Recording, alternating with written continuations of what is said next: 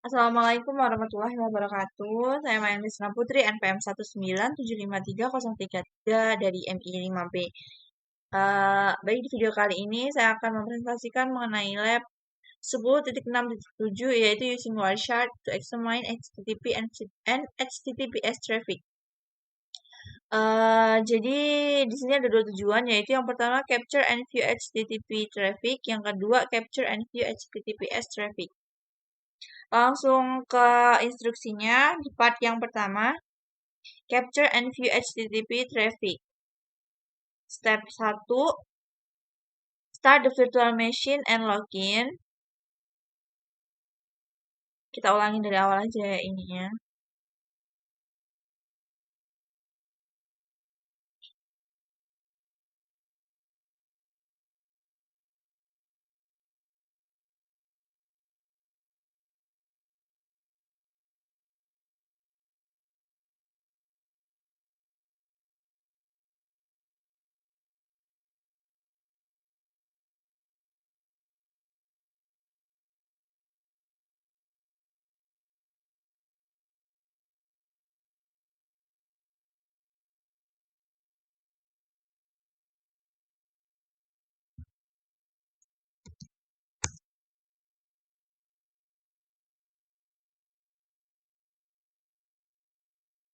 Ini tulisannya Hanti Octaviasari karena saya laptopnya minjem ya guys. Kemudian selanjutnya di step yang kedua, open a terminal and start TCP dump. Open a terminal application and enter the command IP address.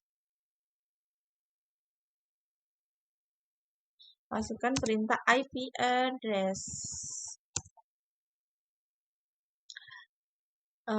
Kemudian list the interface and their IP address display in the IP address output.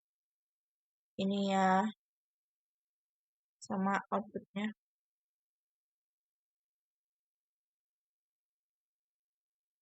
While in the terminal application, enter the command sudo tcpdump.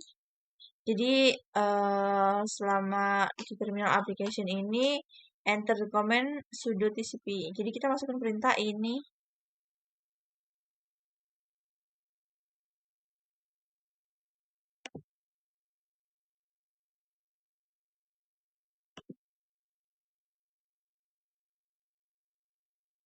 Ya udah, kalau nggak mau diketik kita ketik.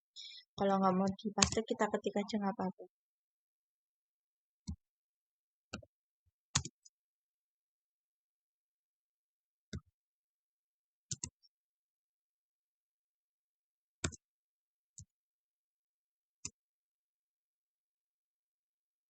S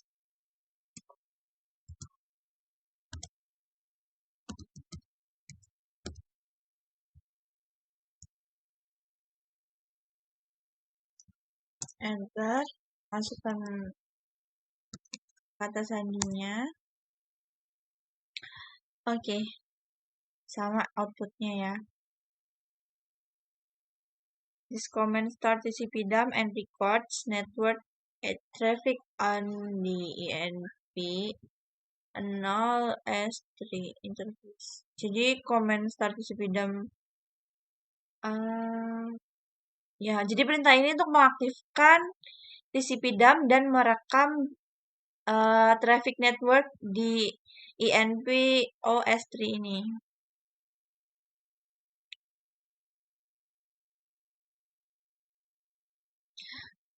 Perintah min-i ini mengizinkan kamu untuk menspesifikasikan interface. Kemudian perintah min-s ini untuk menspesifikasikan panjang dari snapshot dari setiap paket. Kemudian perintah min-w ini digunakan untuk menulis hasil dari TCP dump command ke dalam sebuah file. Oke, lanjut.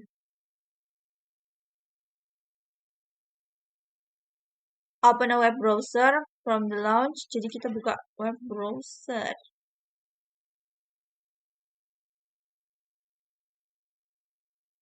Masukkan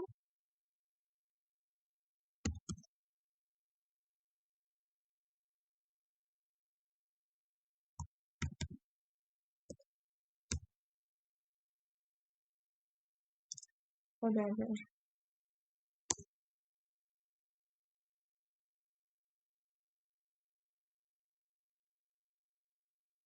Ini kita spesifikan aja biar bajunya lebih gampang.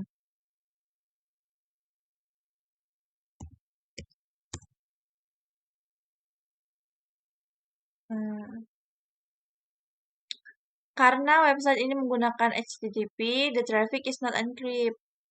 Jadi karena website ini menggunakan HTTP, jadi tuh trafficnya tuh tidak terenkripsi.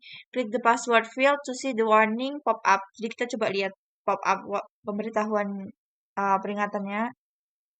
This connection is not secure. Logins enter here could be compromised. Nah, jadi connection ini nih nggak aman gitu. Enter a username of admin with a password of admin and click login. Coba kita masukkan dulu.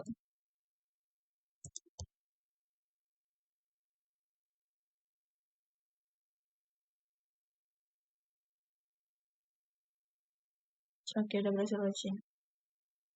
Kemudian close the web browser, return to the terminal window where TCP-DUM is running. Ctrl C to stop the packet capture. Close. Oke. Kemudian di sini kita Ctrl C untuk memberhentikan paket. Jadi ada 1342 paket yang diterima by filter. Kemudian di step yang ketiga, view the HTTP capture. The TCP-DUM execute in the previous step, print the output to a file named http-dump.pcap. This file is located in the home directory for the use analysis. Coba kita lihat. Klik the file manager icon.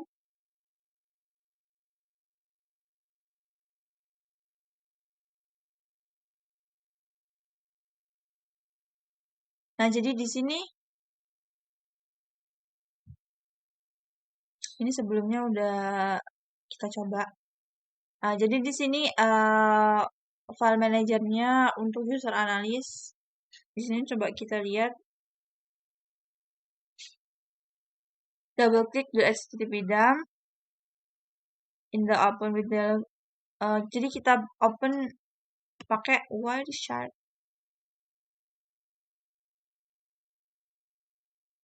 Kita lihat selanjutnya. In the Wireshark application, filter for HTTP and click apply. Jadi kita pasangin filter HTTP. Kemudian apply. Oke. Browse through the different HTTP message and select the post message. Jadi kita browse di sini, kita cari yang post message. Pelan-pelan.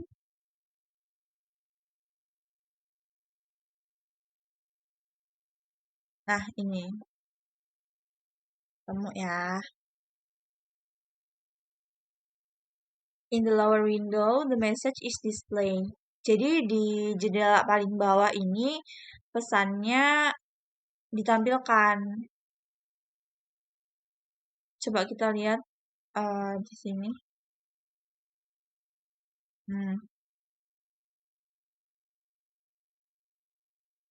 Jadi dia nggak terenkripsi gitu ya. Jadi UID, password, dan button yang diklik tadi kelihatan, button login. What two pieces of the information are displayed? Jadi ada dua informasi apa yang ditampilkan, yaitu the UID of admin dan password of admin. Tapi di sini ditambahkan satu item, ada button submit juga. Kemudian kita tutup Wireshark-nya. Kemudian lanjut ke part 2. Capture and view HTTPS traffic. Jadi sebenarnya stepnya sama seperti yang tadi. HTTP itu. Jadi kita buka ke terminal. Kemudian Perintahnya sama, kita masukin seperti yang tadi kita waktu pas HTTP. Cuman sekarang bedanya dia dikasih HTTPS.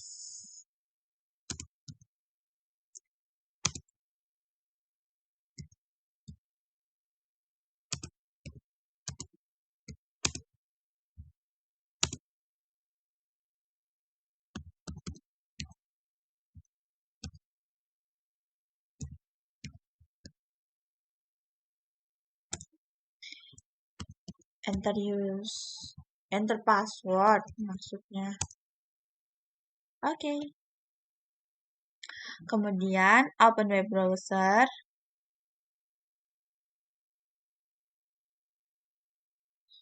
Kemudian kita arahkan ke www.metachat.com. Enter. Lanjut.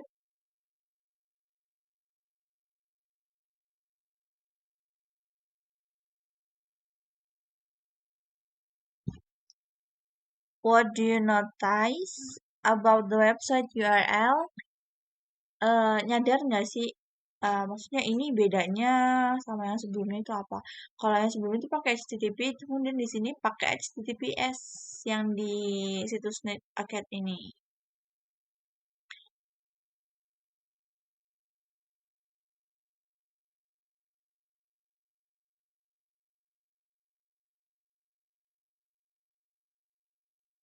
Dia nggak mau ya.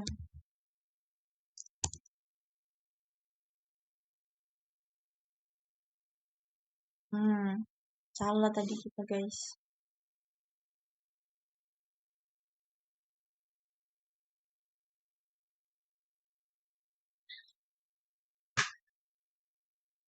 Kemudian kita login.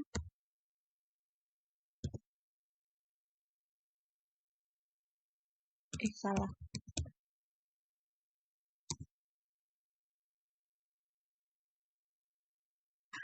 Betul banget. Passwordnya rahasia.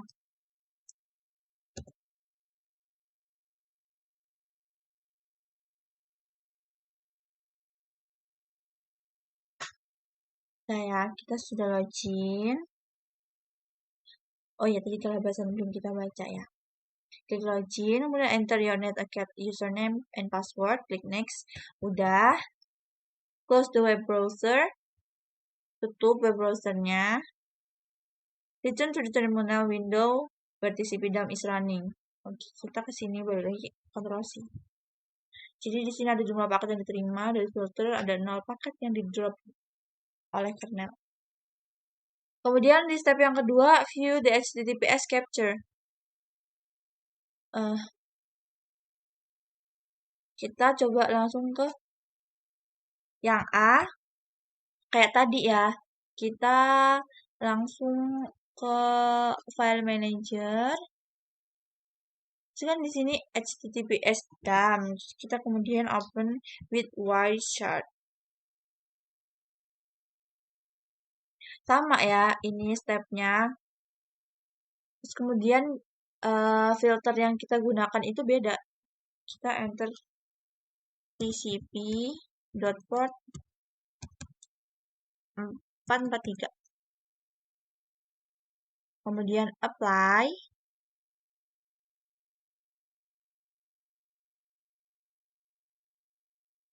Browse through the different HTTPS message and select an application data message. Jadi kita cari yang application data.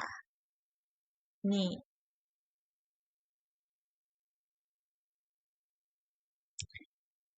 In the lower window, the message is displayed.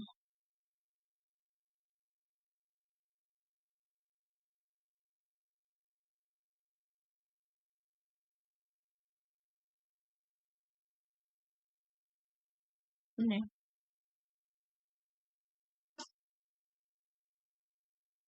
Nah. What has replaced the HTTP section that was in the previous capture file? Jadi apa yang keganti dari HTTP section yang sebelumnya itu di file yang sebelumnya itu? After the TCP section, there is no secure socket layer. Jadi yang sebelumnya itu kan password sama UID admin itu nggak terenkripsi. Nah, kemudian kalau misalnya udah pakai HTTPS itu, datanya itu udah terenkripsi, jadi nggak kelihatan. Gitu.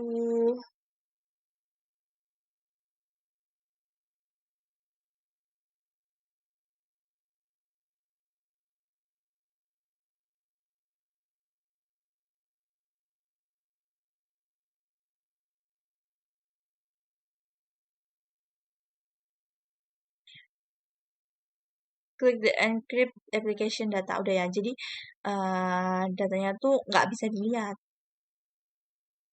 Di sini data itu dimuat dan dienkripsikan menggunakan TLS version 1.3 yang di application data ini. Oke, kemudian yang G, close all window, kita close. Kemudian di sini ada reflection question. Yang pertama, what are the advantage of using HTTPS instead of HTTP?